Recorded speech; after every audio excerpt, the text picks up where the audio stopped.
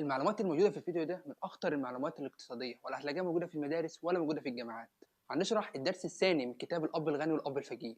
أهلا بك يا صديقي في قناة دومين العقل، معاك أحمد عثمان مؤسس هذه القناة. فكرة القناة إن أنا أشرح الكتاب وأديك فائدة القراءة من غير ما تقرأ ولا سطر. عجبتك فكرة القناة ما تنساش تنزل تشاركنا باشتراك.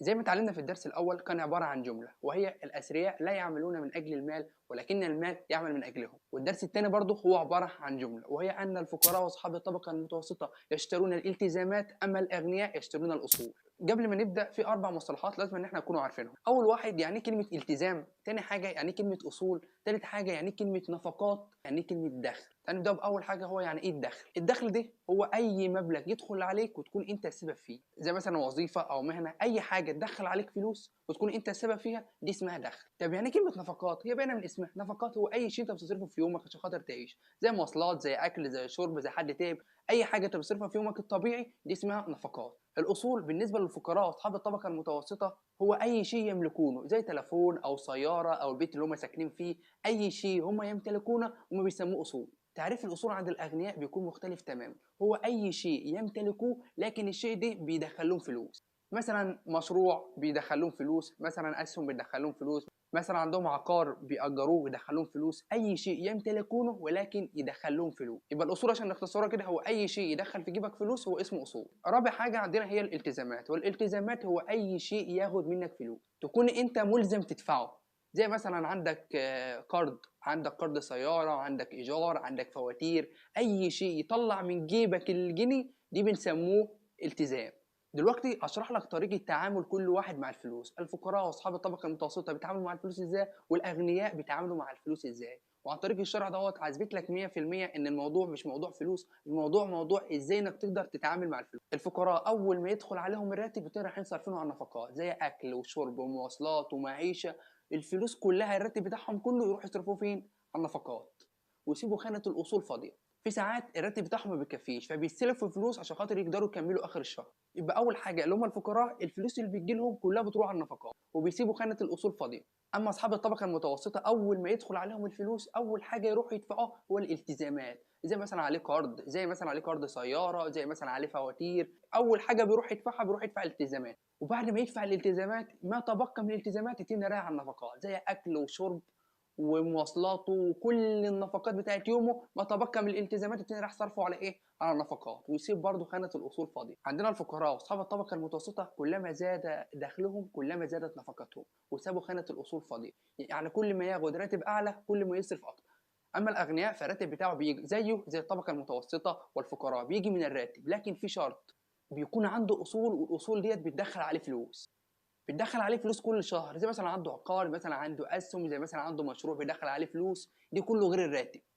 واول ما ياخد الراتب او اول ما يجي له فلوس اول حاجه بيروح يعملها بيروح يحط جزء منها في الاصول، زي مثلا يحطه في اسهم، مثلا يحطه في ذهب، يحطه في اي حاجه بتجيب فلوس او يحطه في اي حاجه القيمه بتاعتها بتزيد مع الوقت. وبعد كده ياخد جزء يحطه في الالتزامات، زي مثلا الفواتير، زي مثلا عليه مثلا قرض، زي مثلا عليه اي التزامات عليه يروح يدفعها بالجزء الفاضل، وما تبقى يتم رايح صرفه على النفقات.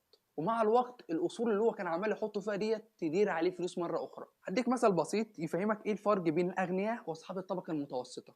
والله احنا عندنا اتنين، واحد غني وواحد من اصحاب الطبقه المتوسطه، الاتنين عايزين يشتروا عربيه، يعني الاتنين حلمهم ان هم يشتروا عربيه، وكل واحد فيهم معاه نص مليون جنيه.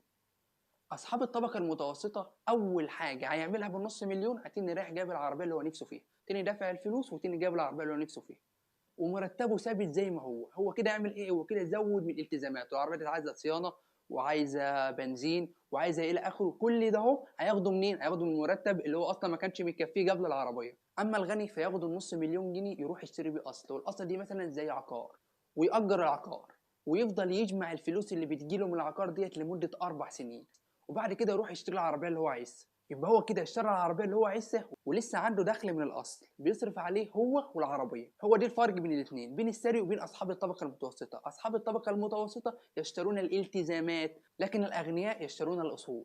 وفي سؤال لازم أن توقف الحلقه دلوقتي وتساله لنفسك، هو انت لما يجي معاك فلوس بتشتري ايه؟ بتشتري اصل ولا بتشتري التزام؟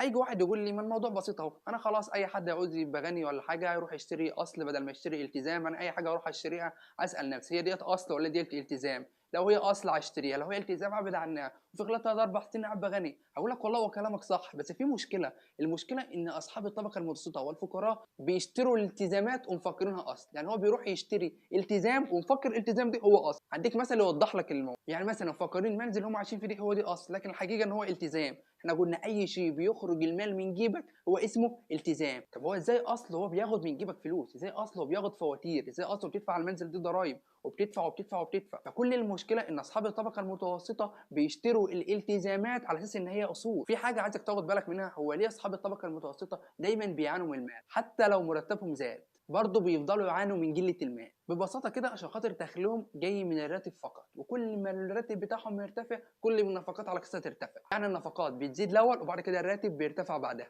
تعال اديك مثل يفهمنا ليه اصحاب الطبقه المتوسطه بيعانوا دايما من قله الفلوس. يعني مثلا في واحد من الطبقه المتوسطه راتبه 8000 جنيه، فضل شغال سنه واثنين وثلاثه وراتبه برضه لسه 8000 جنيه. هو اول سنه خد فيهم ال 8000 جنيه كانوا مكفيين وكانت الدنيا كويسه، وكان ال 8000 جنيه كانوا معايشين وكانت الدنيا حلوه خالص. سنه 2 3 اكتشف ان ال 8000 جنيه دول ما عادش عاملين له حاجه، طلب زياده في الراتب انه مرتبه يوصل ل 10000 جنيه. يبقى كده مرتبه زاد بنسبه كام؟ زاد بنسبه 20%. لكن في خلال الثلاث اربع سنين دول الاكل والشرب والمواصلات اللي هو النفقات زادت بنسبه 80%. بعد ما ياخد ال 10000 جنيه يكتشف ان ال 8000 جنيه اللي كان بياخدهم من سنتين كانوا مكفيينه اكتر من 10000 جنيه اللي بياخدهم النهارده.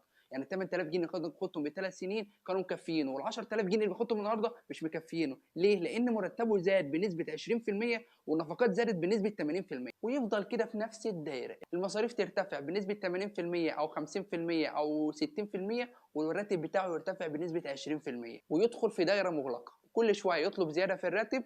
بعد ما ياخد الرقم اللي هو كان عايزه يكتشف ان هو مش مكفيهم برضه، ان الراتب اللي كان جاب له اصلا كان مكفي. المهم هو خد ال 10000 جنيه واكتشف برضه ان 10000 جنيه مش عاملين حاجه، فهو قرر يسيب الشركه اللي هو كان قاعد فيها اصلا. قال لك انا هسيب الشركه ديت وجاي لي عرض من شركه ثانيه ان هي هتديني 20000 جنيه، وانا لو خدت 20000 جنيه ده انا كده تبقى الدنيا معايا 10 على 10 ما عادش محتاج فلوس ثانيه. فعلا راح الشركه وخد 20000 جنيه. لكن المشكله مش في زياده الراتب، المشكله في العقليه بتاعته. هو اول ما خد ال 20000 جنيه اول حاجه عملها ان هو راح اشترى عربيه قسط، وتاني حاجه عملها اللي هو راح اشترى تليفون برضه قسط على الراتب. اكتشف ان في اخر الشهر ان ال 20000 جنيه مش مكفيينه. طب وايه المشكله؟ المشكله ان هو زاد من التزاماته، كل اخر شهر بقى مطلوب منه 10000 جنيه ولا 12000 جنيه التزامات لازم يندفعوا، وفواتير واقساط والى اخره، ويدخل تاني في نفس الدايره، لازم يشتغل اكتر علشان خاطر يقدر يدفع الاقساط اللي هو عليه. وكان بيقول الاب الثري: الثراء هو قدره الشخص على البقاء حيا لاطول وقت دون العمل.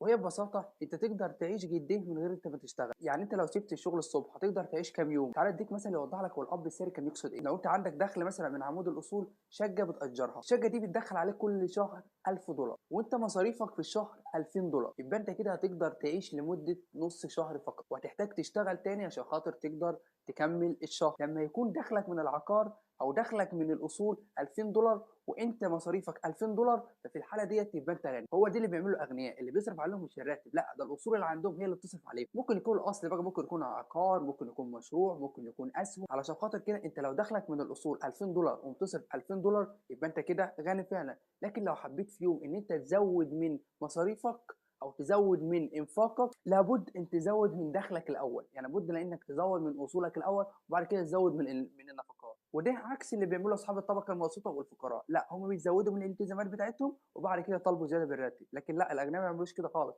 هم بيعملوا ايه؟ بيزودوا من الاصول بتاعتهم وبعد كده يزودوا النفقات بتاعتهم. لابد من الان انك تزود من الاصول، اوعى تشتري اي التزامات. دايما حاول انك تزود من الاصول اللي عندك.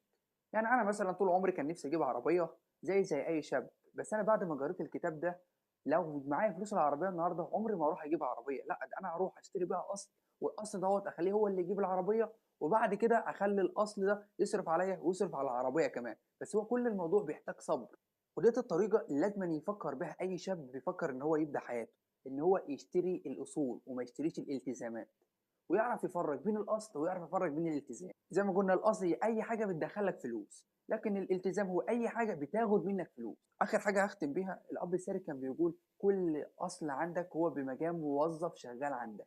وهنا نكون خلصنا الدرس الثاني اللي اتعلمه روبرت من ابوه الغني. لو عجبتك الحلقه ما تنساش تشرفنا باشتراكك وتشارك الحلقه مع حبايبك. واستناني في الحلقه القادمه باذن الله هنشرح الدرس الثالث اللي اتعلمه روبرت من ابوه الغني. ما تنساش تتفرج على الحلقه اللي عدت والحلقه اللي هتنزل ان شاء الله. وتشرفنا باشتراكك. يلا سلام.